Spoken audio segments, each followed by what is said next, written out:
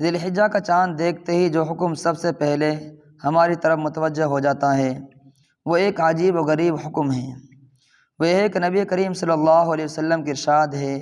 کہ جب تم میں سے کسی کو قربانی کرنی ہو تو جس وقت وہ ذی الحجہ کا چاند دیکھے اس کے بعد اس کے لیے بال کاٹنا اور ناخن کاٹنا درست نہیں۔ چونکہ یہ حکم نبی کریم صلی اللہ علیہ وسلم سے منقول ہے، اس واسطے اس عمل کو مستحب قرار دیا گیا ہے کہ آدمی اپنے ناخن اور بال اس وقت تک نہ کاٹے جب تک قربانی نہ کر لے۔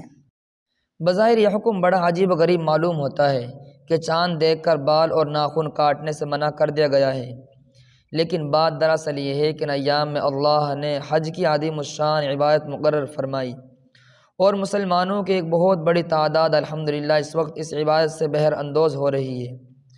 اس وقت وہاں یہ حال ہے کہ ایسا معلوم ہوتا ہے کہ بیت اللہ کے اندر ایک ایسا مقناطیس لگا ہوا ہے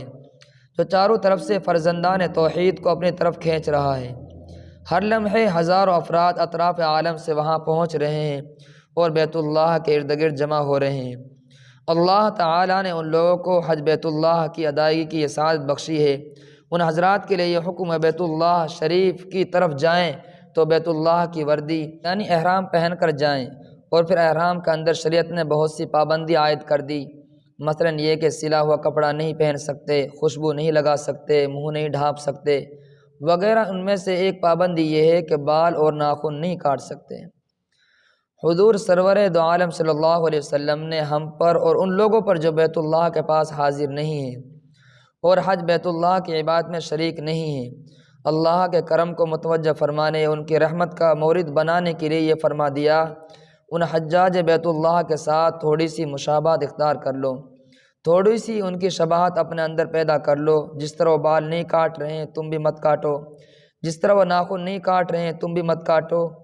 یہ ان اللہ کے بندوں کے ساتھ شباہت پیدا کر دی جو اس وقت حج بیت اللہ کی عظیم سعادت سے بہر اندوز ہو رہے ہیں۔ اور حضرت مجذوب رحمہ اللہ کے یہ شعر بکثرت پڑھا کرتے تھے، تیرے محبوب کی یارب شباہت لے کر آیا ہوں،